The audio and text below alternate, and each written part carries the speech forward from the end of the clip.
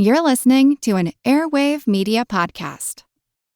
Okay, I'm going to be honest. There was a point just a couple of months ago where I really needed therapy, like major life stuff hitting from all sides. I was ready to do the work, but every therapist I called either wasn't taking new clients or didn't take my insurance. And I felt so totally stuck. Oh, yeah, I've been there. I remember making this spreadsheet of therapists like a whole chart and still couldn't find someone that was affordable and available. I Right. just wanted to feel better, not build a database. Exactly. That's why we are both really into what Rula is doing. That's Rula, Rula. They're a mental health care company making it so much easier to actually get therapy. With Rula, you can get matched with a licensed therapist who takes your insurance so you're not paying hundreds of out-of-pocket dollars or stuck on a wait list. Most people pay around $15 per session. I love that someone is making mental health care accessible. Oh, me too. And it's not random. Rula matches you with a professional based on your preferences, your goals, and even your background. So you're way more likely to click with someone who actually gets you. Appointments can be as soon as tomorrow. No ghosting, no hoops to jump through, just therapy that works with your life and your budget. So head to rula.com/queenspod to get started. That's RULA.com/queenspod. And when they ask how you heard about Rula, tell them we sent you. Because your mental health should be taken care of with care. Hey everybody, happy 4th of July. This is actually a rerun from our Patreon series called Katy's Corner from 2021, inspired by the musical Hamilton, about Hercules Mulligan, who is, kind of a passing character in that play, and his right-hand man, Cato, who needs way, way more story about him. So I hope y'all enjoy. Don't blow up too much shit today with the fireworks. And, if this is your first time listening to this podcast, we curse a fucking lot. So if that's not your thing, move on. All right. Happy holiday and cheers, bitches. Hi, this is Katy. And this is Nathan. And you're listening to Queen's Podcast, the show about women in history.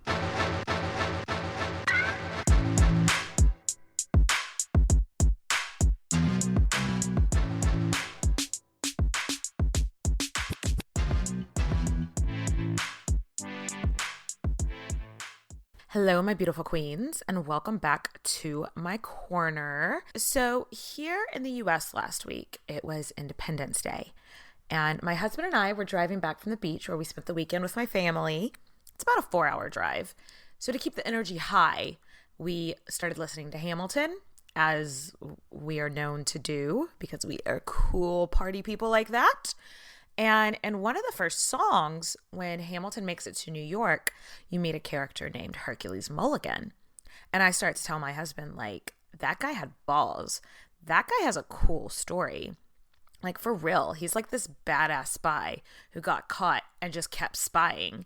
And Steve was like, you know who might be interested in this story? Your podcast. And I was like, damn, I think you're right.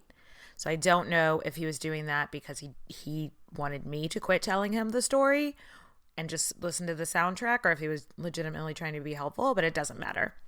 As soon as I got home, I sat down and I was like, I'm going to learn everything I can about Hercules Mulligan. Hell of a name, isn't it? And y'all, the story was wilder than I thought even. And what Lin-Manuel Miranda left out is that Mulligan actually had a guy named Cato who was his accomplice basically throughout this whole thing. And I was just like, oh my God, this story is so cool. So let's talk about it.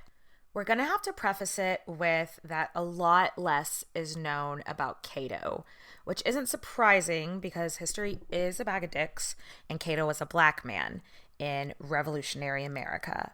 So while a lot of the biography stuff is going to focus on Hercules Mulligan, Cato is just as crucial to this story, and he put his ass on the line just as much, if not more, than those rebel colonists. So I wish I had more information on him. He's gonna seem like a minor character in this story because there's just so much less on him.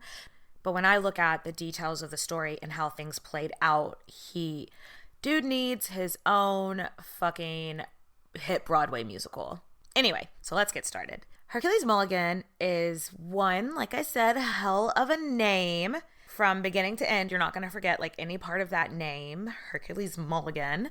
He was born in 1740 in Ireland. He had a couple brothers and a couple of sisters there in Ireland too, but then his whole family got the fuck out due to Britain's heavy penal laws in Ireland. If Nathan was here, he would be laughing at peen. But no, these laws were no fucking joke. They were mainly targeted at Catholics, which the Mulligans were not. So I'm not really sure which part of them pissed them off so much that they were like, we need to risk our lives and sail across the ocean and go live somewhere where we don't know anybody. Yeah, just to digress a little, just to put in your mind these penal laws in Ireland that were being put in place by Great Britain. Catholics couldn't attend higher education. Catholics couldn't run for office. Most Presbyterians couldn't run for office either. I don't know enough about different Christian denominations to know what that was all about. There was one law that was like, okay, if a Catholic patriarch dies, then his land is equally divided amongst all his sons, unless there is like a Protestant male cousin or something nearby, or if one of the sons has converted to Protestantism, then that's who gets all of it. Which, could you imagine how mad you'd be? Catholics couldn't adopt orphans. Catholic and Protestants couldn't marry. So I think you're getting the picture. Now that I sit down and like read just some of these penal laws, I kind of get why the Mulligans would have been like, red flag, red flag, red flag, let's go. So now I can't say for certain if the Mulligans came from generational wealth or not. I don't think they did. Like, I think maybe they had like a little money, like they were comfortable when they came over.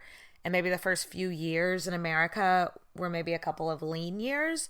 But Daddy Mulligan seems like he was like a really smart dude. And eventually he owned his own accounting firm in New York. So the Mulligans were doing okay for themselves. They were doing just fine.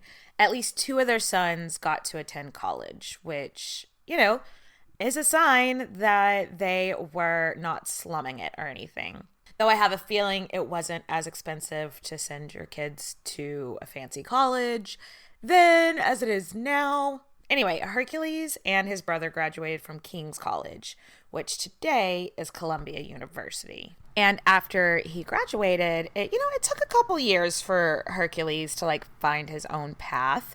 His brother is a partner at a really successful shipping company. So he works in imports and exports for a minute. Then he works at his dad's tax firm for a minute. And then he finally finds his jam working in the tailoring industry. So let's talk about this man for a moment. The myth, the man, the tailor, the legend, the spy. Because of that really distinct name, everyone knew who Hercules Mulligan was. But even if his name would have been like Fred Smith, you still would have known him. He was hard to miss. He was super tall, broad shoulders. He kept his Irish accent. And he was just loud. Just one of those people that like when he enters a room, like you don't have to see him to know he's there. He has made his presence known to everybody. And on top of that, he was just really, really likable. He was like the life of the party. Big, he's loud. His name is Hercules with this Irish accent. So just like on paper, not ideally what you would think of for a spy because, spies need to like be able to blend in. This man did not blend in. He made waves wherever he went. Anyway, Hercules soon opens his own business. And it's not the fanciest haberdashery or whatever they're called in town, but it's growing quick because people just really like coming and seeing him. Even whenever he had like a bigger budget to have a full-on staff, he still insisted on like taking the customer's measurements himself because he liked to get to know people. He wanted to make everyone feel at home, feel like they could come back anytime. Smart business practice, you know? But let's explain something real quick about his business model. If you've ever gone to a seamstress or a tailor in this day and age, that's not the kind of establishment old Hercules was running here. Back then, going to the tailor, it was like a social event. A dude and all his co-workers would need to get like their work clothes tailored. So they'd make an appointment and go to Hercules' business. And it was, like a social thing. The tailor would have snacks and drinks, maybe card games, and you'd make like an afternoon or an evening of it. Like you'd drink, you'd get measured, you'd play some games, you'd hang out. It was a good time. So it was while he was living in this first house and running his business out of this first house, a young guy named Alexander Hamilton arrived from the Caribbean into New York in 1772. He had a letter of introduction from his patrons back in St. Croix, which is where he was coming from. Like, back then, it's not like you could just call up your friend and be like, hey, I know somebody that's coming in town. Can you show him around? Can you get him a job? Like, a letter wouldn't necessarily get there quick enough either. So they sent, like, you were sent with like letters of introduction or letters of referral or something like that. So just like, here you go, kid. Let's put this 16-year-old kid on a boat to cross the ocean. And when you get there, like, ask around until you find a guy named Mulligan. And then show him this letter. Good fucking luck, I guess. But that's what happened. Alexander Hamilton shows up. He's got this letter of introduction to Hercules' brother, the one that worked in the shipping company. I believe maybe it was like his boat or one of his partner's boats or something that Alexander came in on. Poor baby Hamilton is just like, I have this letter. Can I like live with you or fucking something? The brother boat Mulligan was like, no, but my brother Hercules is actually looking for a lodger right now. He's got this tailoring business that he lives at and he needs somebody to rent one of the rooms. I'll introduce you to him. So that's how Hercules Mulligan and Alexander Hamilton met, which surprised me because in the play, which I know isn't like a historical document, so it shouldn't have surprised me. But in the play, you get the sense that Alexander and Hercules are like peers, like the same age. But Hamilton was either 17 or 15 when he arrived. So I just said 16 because they don't know what year he was born. It was one of these two. And, but Mulligan was like 33, like mid 30s. So yeah, while they eventually became close friends, and they were close from the beginning. In the beginning, it was more of like a mentoree, I don't know. But like that kind of situation. Like Hercules took him in under his wing and was like, I'm going to show you around New York. I'm going to tell you what schools to apply for. I'm going to see like if I can get you set up with some kind of little job or something. In the meantime, come with me. And I cannot stress enough how much Mulligan influenced Alexander Hamilton. See, Hercules Mulligan fucking hated the British rule. I'm making an assumption here, but I have a feeling that like he looked around and was like, we left Ireland to escape the oppressive British rule. So what the fuck are we doing here, living under it here too in America when we're so far away from that little island? What the fuck? At some point, Hercules had joined an organization called the Sons of Liberty. Sorry, I just really am such a massive nerd for that play. Anyway, so he had joined the Sons of Liberty and he was loving it. Without going into like too much information like about this organization, what you need to know basically is it's like a secret society that hated English rule, and they were constantly looking for ways to undermine it. Like Hercules was once involved in this incident where at night they tore down a statue of King George, removed the head, and melted it down for bullets. So, real subtle shit like that. But it was super hush-hush. So, like, the first rule of Sons of Liberty is, like, don't talk about the Sons of Liberty, I guess. If you grew up in America and went to school in America, in the United States, you might know some other notable people of this secret society. Sam Adams, John Hancock, Benedict Arnold. What? Yeah. If you grew up in the American school system, you might be like, wait, Benedict Arnold, the famous traitor to the Americans in the Revolutionary War? Yep. He was in the Sons of Liberty before he said, changies, let's swap. I don't know. Anyway, we're getting ahead of ourselves. Back to Hercules. His business, it's booming. Everyone loves him. And eventually, the cream of the crop are coming to him. And he's like, well, damn, I'm going to need a nicer shop. So he moves uptown. He's now running with the inner circles of high society. So this includes a lot of British generals and other high-ranking Brits in the colonies. And this guy just wins them over all, charms their little red coats right off of them with his warm personality. And before you know it, he is the go-to tailor of the British Army in New York. If they only knew he was knocking down statues of the king and melting his head, you know. Hercules even got married to a niece of a British admiral from the Navy, a woman named Elizabeth Sanders. That's the last we're going to mention her. I have no idea. I don't know anything else about her. I don't know anything about their relationship. I don't know the level of involvement that she had on the spying, wheeling and dealing. No idea. Wish we knew. It was likely around this time that Cato hits the scene and becomes part of Hercules Mulligan's household. Y'all, Cato is an enigma. I don't know where he came from. I don't know where he went. Cato was almost certainly an enslaved person. If you listen to our Sojourner Truth episode, y'all know that slavery was still legal in New York in the 1700s. Some people believe that Cato was just regular employed by Hercules, because later on down the road, Hercules would go on to be the founder of this anti-slavery movement in New York. I mean, he wouldn't be the first person in history to be like, slavery is awful, just ask my 100 enslaved people I own. I'm looking at you, Thomas Jefferson. So we'll just never know for sure, but what we do know is that Hercules really trusted Cato, and Cato helped him sneak around messages to the other Sons of Liberty around town in other cities and stuff too. You know what happens every summer. I stare at my closet and declare that I have nothing to wear. But this year, I got smart and I got Quince. Their clothes, chef's kiss.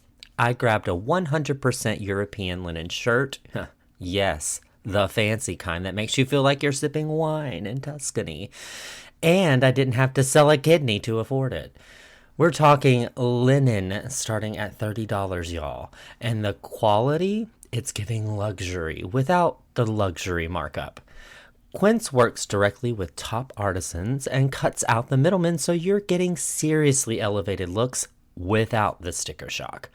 I've worn my linen shirt to brunch, the farmer's market, and I may or may not have lounged in it while pretending I'm in a Nancy Meyers movie. And the best part? Everything's made in ethical factories using premium fabrics and finishes, so you look good and feel good. Give your summer closet an upgrade with Quince. Go to quince.com/queenspod for free shipping on your order and 365-day returns. That's QUINCE.com/queenspod. Again, quince.com/queenspod. You know what doesn't belong in your hot girl summer plans? Getting scorched by your wireless bill. I am trying to get burnt by the sun, not my cell phone provider. So I made the switch to Mint Mobile, and let me tell you, the only thing hotter than the temps is this deal. For a limited time, you can get 3 months of unlimited premium wireless just for $15 a month. Yup, you heard me right. Mint gives you the same coverage and speed you're used to on the nation's largest 5G network, but for a fraction of the price. You can bring your own phone, keep your number, and start saying bye-bye to jaw-dropping bills and data overages that make you want to cry in the CVS parking lot. I've switched, and I love it. And honestly, you should too. So skip breaking a sweat and breaking the bank. Go to mintmobile.com/queens to get your 3 months unlimited plan for just $15 a month. That's mintmobile.com/queens. Upfront payment of $45 required, equivalent to $15 a month. Limited time, new customer offer for the first 3 months only. Speeds may slow above 35 GB on unlimited plan. Taxes and fees extra. See Mint Mobile for details. The Mulligan business was just booming. So people around town, they were used to seeing Cato, maybe running a few towns over, running all over New York, picking up things for the shop, running errands and running messages. So it became such a common sight that people stopped looking to see what Cato was carrying, which is good because it was often spy shit. Spy so hard. I spy with my little eye.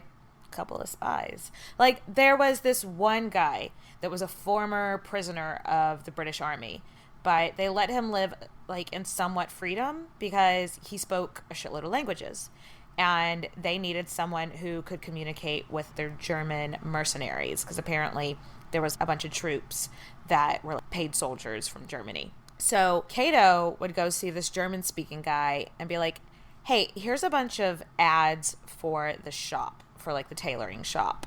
Can you translate them into German for me? I'll come back and pick them up a little bit later and we'll pay you. And that way we can advertise bilingually for the shop.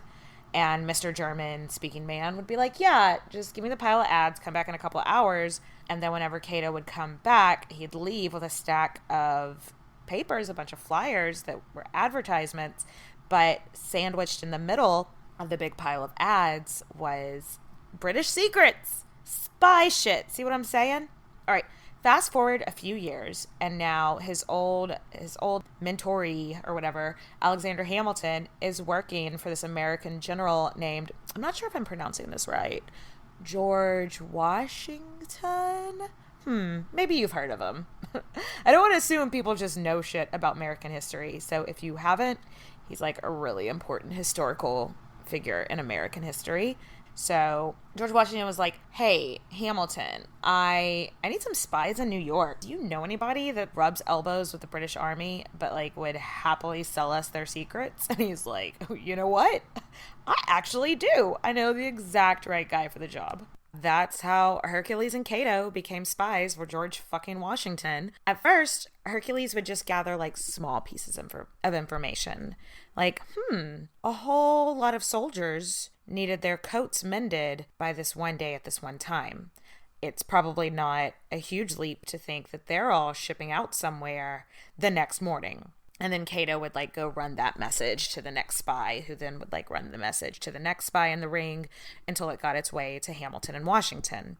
But the first big break was one night in 1779. A British soldier comes banging on Hercules' door, like after hours. And Hercules is like, what's up, man? We're closed, open in the morning. And the soldier's like, no, I need a new coat now. I read watch coat. I don't know what the fuck a watch coat is, but he lost his watch coat. He needed a new watch coat immediately, like life or death situation. So Hercules is like, okay, something's going on here. He's like, you know what? It's that important. Anything for a valued customer like you, come on in. Let me take your measurements. Let me see what I can find for you. And while he's measuring him and like getting him all sized up for his watch coat, he's like making small talk, pours him a glass of whiskey, makes him at ease. And the soldier gets comfortable and just starts like boasting, like, you'll never guess what we're headed out to do. You'll never guess. George Washington?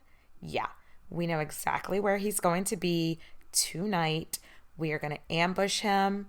We are going to take him prisoner, bring him back to England, blah, blah, blah. Y'all, I don't know that I'd been able to keep like a straight face, but Hercules is just like, oh, very interesting. Good for you. That's going to look good on your resume. All right.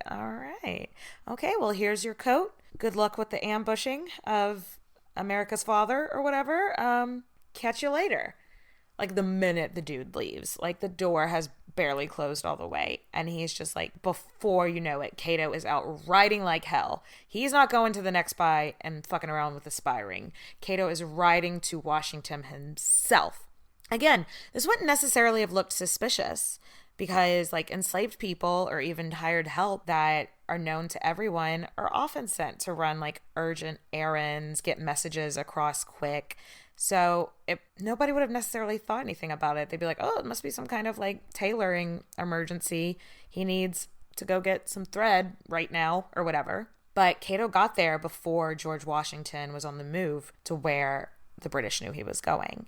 And so George Washington hits the brakes and takes another route. So that is the first time Cato and Hercules save the day for good old GW. Also, it appears that sometime after this heroic ride, I don't think it was like the same day or anything, but at some point after, Cato was captured and detained. Unsurprisingly, not a lot of details of his imprisonment are kept, but it's believed he was interrogated, which means tortured, and treated badly for, quote unquote, a long time before Mulligan was able to negotiate his release. So all those vague words, I just don't like badly treated, long time. How long was he in there? What happened to him? I don't really want to think about what happened to him. Probably wasn't anything fun, but yeah, let's get fucking Cato his own Broadway musical already. I know I've already said that, but come on. At least a TV miniseries or something. Anyway, so the details between Hercules and Cato's first time saving Washington's life and second time are hazy. Being a fucking spy, it seems like, you wouldn't keep great records. You wouldn't keep a diary that someone could find and just be like, dear diary, I really rocked the spy shit today.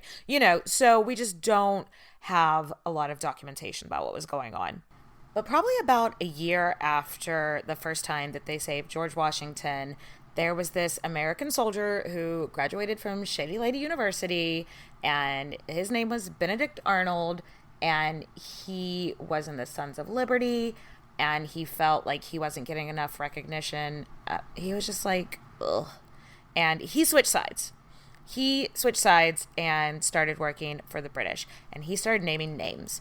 And he is like, this guy's in the Sons of Liberty, this guy's in the Sons of Liberty, and he named Hercules' name. And it appears Mulligan was arrested and interrogated, though likely not tortured, probably just regular interrogated, because he wasn't treated that badly because the British liked him. They didn't really want to believe that he was a spy, I guess them wanting him to be a chill guy kind of saved his life and his livelihood, because by 1781, he was back at it again. He's the most popular tailor in New York.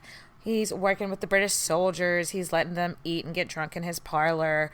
His brother was also trusted and was importing goods for the British Army in his shipping business. And there's one day his brother is like, fuck, y'all got a lot of artillery came in today for the British Army. Y'all are weaponed as fuck. What happened? So Brother Mulligan starts snooping around just out of curiosity. Is something going on? Is something that I could send back to Hercules? Is this a clue? And after a little snooping, he finds out yeah, they know where Washington's going to be again tonight, and they're going to get him. And I'm sure Washington is like, oh my God, why y'all so obsessed with me? But Brother Mulligan figures this out, and he's just like, cool. I'll BRB. I got to go do something completely not related to this piece of information I just found out. And he goes and tells Hercules, they're going to go grab your man. You need to send word to him. And Hercules sends word again.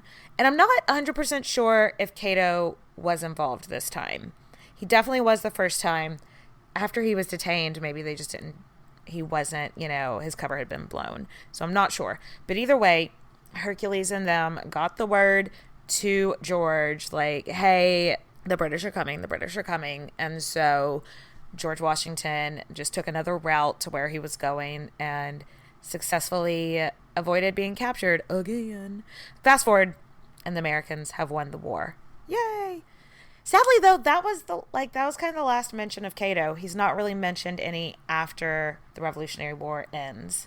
So, like I said, he's an enigma. Let's figure it out. Somebody get in there and write some historical fiction and give him this awesome ending. Anyway, so things are looking kind of dicey for Hercules Mulligan after the Revolutionary War was over. He acted like such a friend to the British Army that everyone was like, fuck that guy. He is, he probably wishes the British Army was still here. he was like legit nervous people were going to kind of come burn his house down, burn his business down, like really fucking harass him and his family. So Washington got wind of this and he was like, no, I need to go help him out. He helps me out so many times.